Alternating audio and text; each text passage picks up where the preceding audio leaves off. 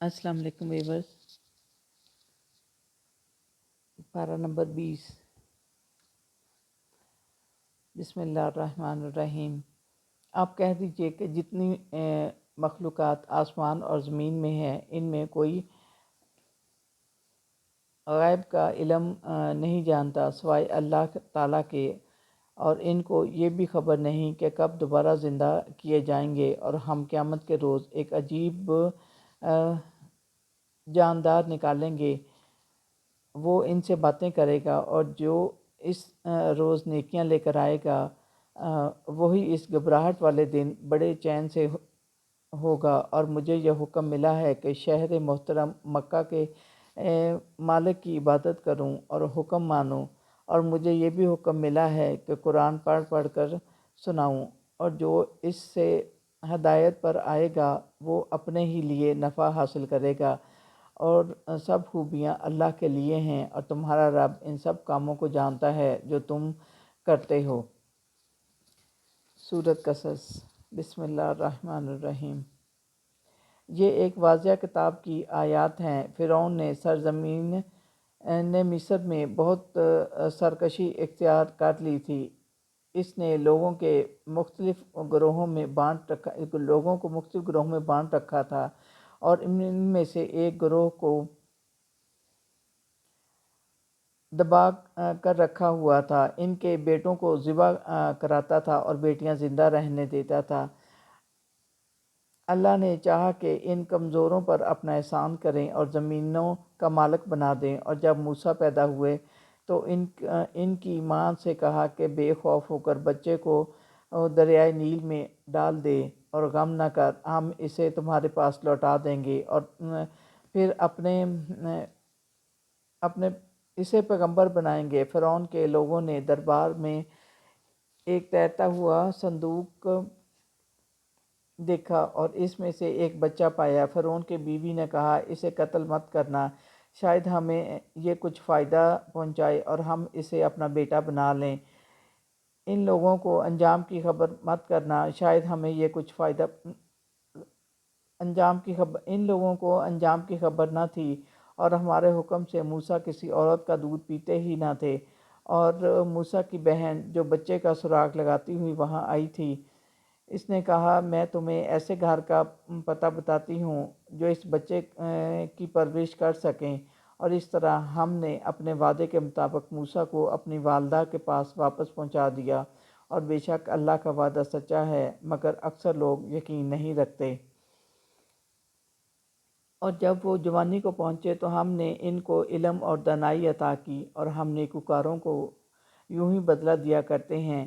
اور ایک رات جب موسیٰ شہر میں داخل ہوئے تو انہوں نے دو شخصوں کو لڑتے دیکھا۔ ان میں سے ایک ان کی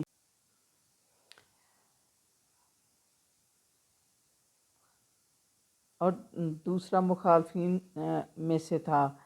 آپ کی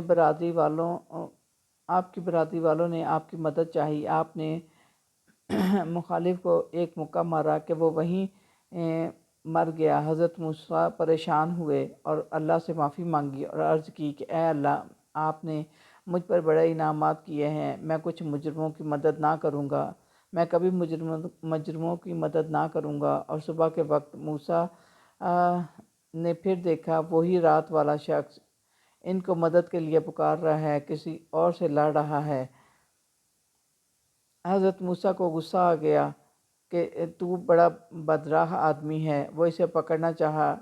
اس پر وہ کہنے لگا کہ اے موسیٰ، تم مجھے بھی اس طرح قتل کرنا چاہتا ہے جس طرح تو نے کل ایک شخص کو قتل کیا ہے، اور تم بس اپنا رعب جمانا چاہتے ہو۔ پھر یہ قتل کی خبر پھیل گئی، اور اہل دربار نے مشورہ کیا کہ کیوں نہ موسیٰ کو سزا کے طور پر قتل کر دیا جائے۔ جب ایک خبر خواہ نے موسیٰ کو یہ خبر دی تو موسیٰ خوف کی حالت میں وہاں سے نکل گئے اور مدین جا پہنچے۔ وہاں کنویں پر لوگوں کو دیکھا کہ جانوروں کو پانی پلا رہے ہیں، اور دو عورتیں ایک طرف اپنی بکریوں کے ساتھ کھڑی تھیں۔ ان عورتوں نے کہا، ہمارے باپ بہت بوڑھے ہیں، اور جب تک یہ چرواہے چلے جاتے چلے جاتے ہیں، ہم اپنی بکریوں کو پانی نہیں پلاتے۔ یہ سن کر موسیٰ نے انہیں پانی پلایا اور دعا کی، اے میرے رب، میں سخت حاجت مند ہوں اور کوئی نعمت میرے اوپر نازل فرمائیں۔ اور اتنے میں اس بزرگ نے، جن کی یہ بیٹیاں تھیں، حضرت موسیٰ کو اپنے گھر بلایا اور حضرت موسیٰ کی کہانی سن کر کہا، اب تم ظالموں کو پہنچ سے باہر ہو۔ حضرت موسیٰ کوئی 8 برس کے قریب ان کے ہاں رہے۔ انہوں نے اپنی ایک بیٹی حضرت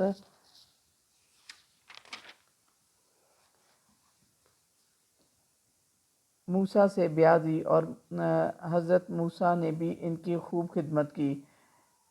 اور پھر جب اپنی بیوی کے ساتھ واپس مصر روانہ ہوئے تو راستہ میں اللہ نے نبوت معجزے دیے اور فرعون کے دربار کے طرف روانہ کیا۔ حضرت موسیٰ نے عرض کی کہ ان کا ایک قتل میرے ذمے ہے اور مجھے اندیشہ ہے کہیں بدلہ میں مجھے قتل نہ کر دیں۔ تو اللہ نے کہا، ہم تمہیں ایک خاص رعب عطا کریں گے تاکہ وہ تم پر دست درازی نہ کر سکیں گے اور تم ہی غالب رہو گے۔ اور پھر فرعون کو ان کے تکبر کی سزا ملی۔ اور سب سے زیادہ گمراہ شخص کون ہوگا جو اللہ کی کتاب کی بجائے اپنی خواہشات کی پیروی کرے، اور اللہ ایسے ظالم لوگوں کو ہدایت نہیں دیتا۔ اور جو لوگ برائی اور زیادتی کا بدلہ نیکی اور تحمل سے دیتے ہیں اور ہم نے جو کچھ دیا اس میں سے اللہ کی راہ میں خرچ کرتے ہیں، اور جب کوئی فضول بات سنتے ہیں تو اسے ٹال جاتے ہیں اور ناسمجھ لوگوں سے الجھتے نہیں، یہی لوگ حق پر ہیں۔ اور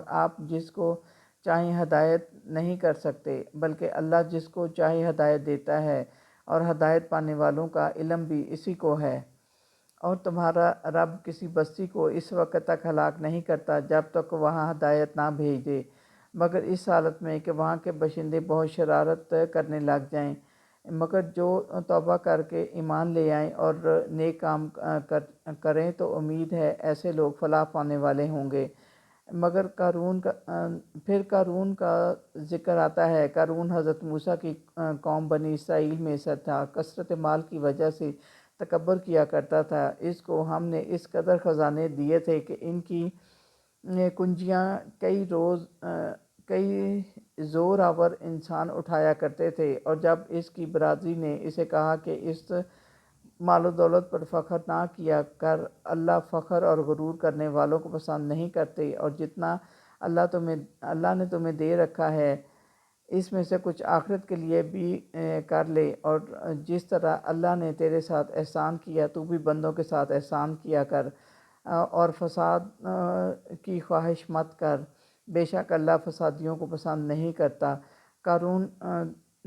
قارون نے جواب دیا کہ مجھے جو کچھ ملا میرے ذاتی علم کی وجہ سے ملا، اور میں نے یہ نہ جانا کہ اس سے پہلے اللہ ایسوں کو جو مال دولت میں اس سے کئی گنا بڑے ہوئے تھے ہلاک کر چکا ہے۔ پھر وہ ایک روز اپنی پوری شان و شوکت کے ساتھ نکلا تو اس کی برادری میں جو دنیا کے خواہش مند تھے کہنے لگے، کاش یہ ساز و سامان ہمیں بھی ملا ہوتا، واقعی یہ بڑا صاحب نصیب ہے۔ مگر جن کو ہم نے دین کی سمجھ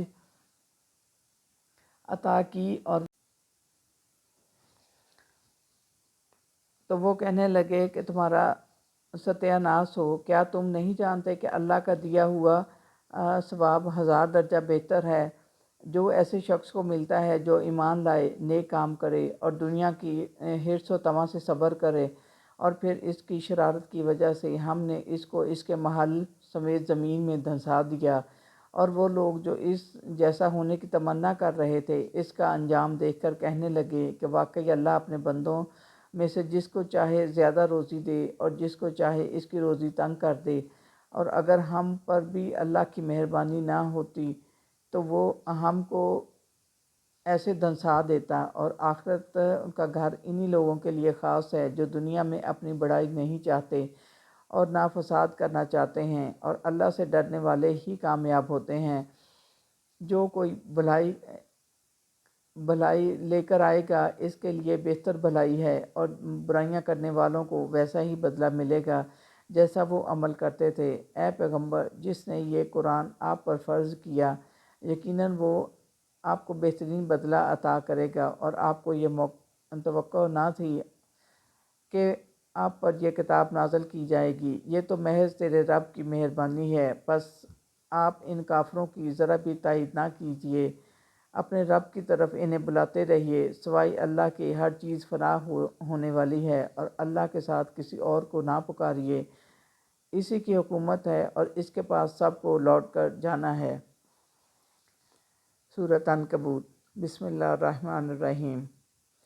ان لوگوں نے یہ سمجھ رکھا ہے کہ بس وہ اتنا کہنے پر چھوڑ دیے جائیں گے کہ ہم ایمان لائے اور ان کو آزمایا نہیں جائے گا، حالانکہ جو ان سے پہلے گزرے وہ سب آزمائے گئے، اللہ جان کر رہے گا کہ سچے کون ہیں اور جھوٹے کون۔